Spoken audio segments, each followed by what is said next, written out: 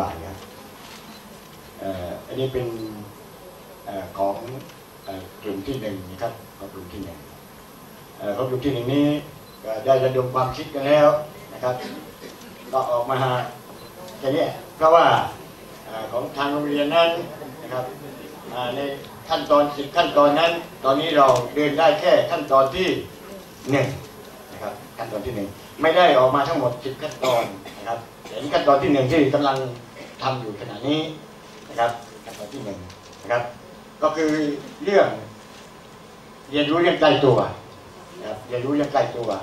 นะครับทีนี้กิจกรรมนั้นขั้นตอนที่1นะครับมันมีอยู่4กิจกรรมครับคือก่อนจะเริ่มเข้าเรียนรู้ด้วยกันจะมีอยู่4กิจกรรมคือจุดประกายการเรียนรู้รู้เขารู้เราแล้วก็ผังเครือญาติแล้วก็สำรวจเรื่องราวในชุมชนพอหมดนี้แล้วก็จะขึ้นขั้นตอนที่2ครับโรงเรียนได้แค่นี้อยู่ตอนนี้นะครับแค่นี้ทีนี้กิจกรรมนั้นจุดประกายการเรียนรู้นั้นนะครับทางกลุ่มก็คิดกันมาแล้วว่าความพอประมาณสำหรับครูนั้นก็คือกับการจุดประกายนี้ครูจะต้องมีความรู้ในเรื่องทำอย่างไรให้เด็กมีจิตคติที่จะมีความรักอยากเรียนอยากรู้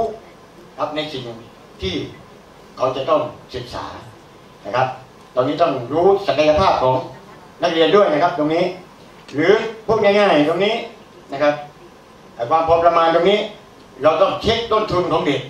ครูต้องเช็คก่อนเพราะเขาเรียนมาแล้ว1 ปีนะครับขึ้นมาที่เราเช็คเขาก่อนว่าเขาได้รับมาเท่าไหร่ครับตอนนี้เราเช็คก่อนตรงนี้จะไปอยู่ในภูมิคุ้มกันก็ได้ผมว่านะครับน่าจะมาอยู่ที่ภูมิคุ้มกันก็ได้เราเช็คต้นทุนเด็กนี้นะครับทีนี้เหตุผลก็คือบอกว่า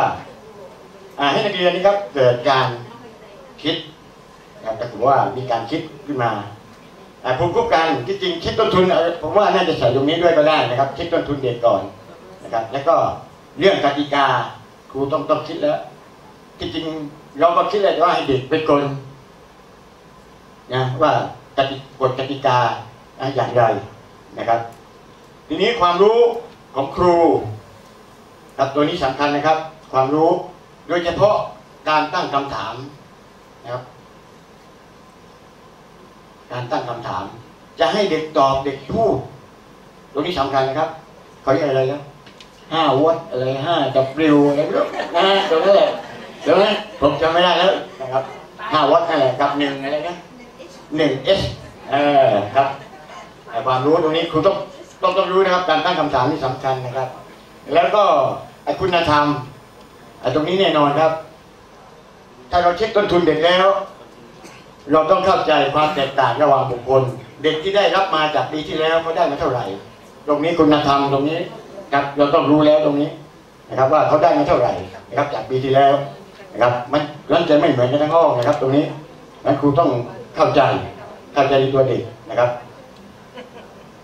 เมื่อเราจุดประกายเด็กชอบแล้วตอนนี้บอกว่าเด็กชอบแล้ว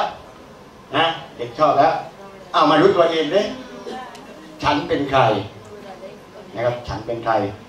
รู้ตัวเองนะรู้ตัวของเราครูก็ต้องรู้ว่าข้อมูลส่วนตัวของเด็กนั้นครูต้องรู้แล้วว่ามีอยู่ที่ไหนว่าไม่ต้องไปบอกเด็กนะว่าไปหาตรงนั้นไม่ต้องบอกถามว่าไหนล่ะถ้าเธอจะรู้ว่าเธอชื่ออะไรนะเกิดวันที่หลายโรงเรียนครับตรงนี้ผมกล้ารับประกันว่าถามว่าเธอเกิดวันที่เท่าไหร่เดือนอะไรตอบไม่ได้ไปถามครูก่อนไปแข่งกีฬาวิ่งมาถามครูอีกผมเกิดวันที่อะไรแล้วเพราะกลัวว่าโกงอายุครูว่าเธอเกิดวันที่อะไรแล้วนี่เด็กไม่ทราบครับไม่ทราบนะครับตรงนี้บางครั้งนะครับแล้วเราต้องรู้ตัวเรานะครับครูต้องรู้นะครับแหล่งข้อมูลนะครับเราต้องใช้พยายามกระตุ้นให้เด็กยั่วยุให้เด็กตอบว่าเขารู้มาจากไหนนะครับบางคนนะครับที่โรงเรียนของผมปีที่แล้วเขาบอกว่าอยู่ในกระดาษสีเหลืองๆอยู่ในกระดาษนั้นแหละผมเห็นแล้วนะครับว่าเลยกระดาษสีเหลืองนี่นะไปว่าดูในโต๊ะก็เห็นเลยครับว่าเป็นบันทึกสุขภาพ ก็มีกรุ๊ปเลือดอะไรทั้งหมดนะครับเด็กก็จะบอกมาดีเริ่มรู้แล้วว่านั่นแหละอย่างนั้นแหละเด็กจะต่อไปเลยว่าโอ้บัตรประชาชนของเขาก็มีทั้งชื่อนะครับก็จะมีเยอะนะครับเด็กก็จะตอบมาเองเด็กจะบอกมาเองทะเบียนบ้านครูใช่ไหมอันนี้ครับเราต้องรู้ตรงนี้แหล่งข้อมูลนะครับแหล่งข้อมูลตรงนี้นะครับตรงนี้แหละนะครับต้องรู้แหล่งข้อมูลนะครับสืบง่ายด้วยนะหาง่ายนะครับสืบง่ายแล้วก็เป็นไปได้ด้วยนะครับไปค้นคว้านะครับความรู้ก็แหล่งข้อมูลนะครับครูก็ต้องใจเย็นๆครับตรงนี้ต้องใจเย็นๆนะครับอย่าไปตั้งกฎกรอบว่าเธอต้องรู้จักตัวต้องอย่างนั้นนะครับให้เด็กเขียนมาแล้วเรามาเก็บเอาไว้เป็นชิ้นงานไว้ก่อนนะครับทีนี้ถ้าเป็นผังเครือญาติเรามารู้จักเครือญาตินะครับคือนั่นนี่ผังเครือญาตินะครับคือเด็กนี่นี่ครับการทำผังเครือญาติถ้าไม่เด็กเคยรู้จักเครือญาติเยอะๆเนี่ยนะครับก็เพราะว่านะครับเห็นหมดแล้วตัวนะครับที่เดียวผังเครือญาตินี่ครับครูต้องรู้การทำผังเครือญาติพวกมันเนี่ยแบบต่างๆนี่ครูต้องรู้เดี๋ยวเด็กทำไม่เหมือนที่เราคิดอีกนะครับนั้นครูต้องรู้นะครับแบบอย่างต่างๆต้องรู้เด็กทำก้านปลามันครูว่าอะไรทำมันนี่ใช่ไหมทำได้ยังไงนะครับต้องรู้ตรงนี้ครับต้องรู้หมดนะครับที่เรื่องรู้จักเครือญาตินี่ก็นะครับการค้นหาแหล่งเรียนรู้มีอยู่แล้วนะครับจากพ่อแม่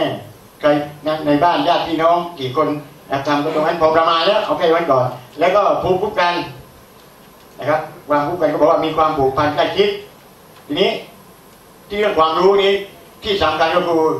คุณครูที่ทำอยู่ต้องเทียบไม่ได้ครับว่าระหว่างภาษาถิ่นใต้กับภาษากลางเนี่ยนั่นไม่เหมือนนะครับนั่นไม่เหมือนกันนั่นเด็กมันจะนะตาม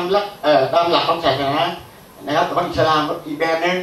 นะครับอันนี้ก็เรียกอีกแบบนึงตรงนี้ครูต้องชัดนะครับต้องชัดบางครั้งครูก็ไม่ทราบก็มีนะครับตรงนี้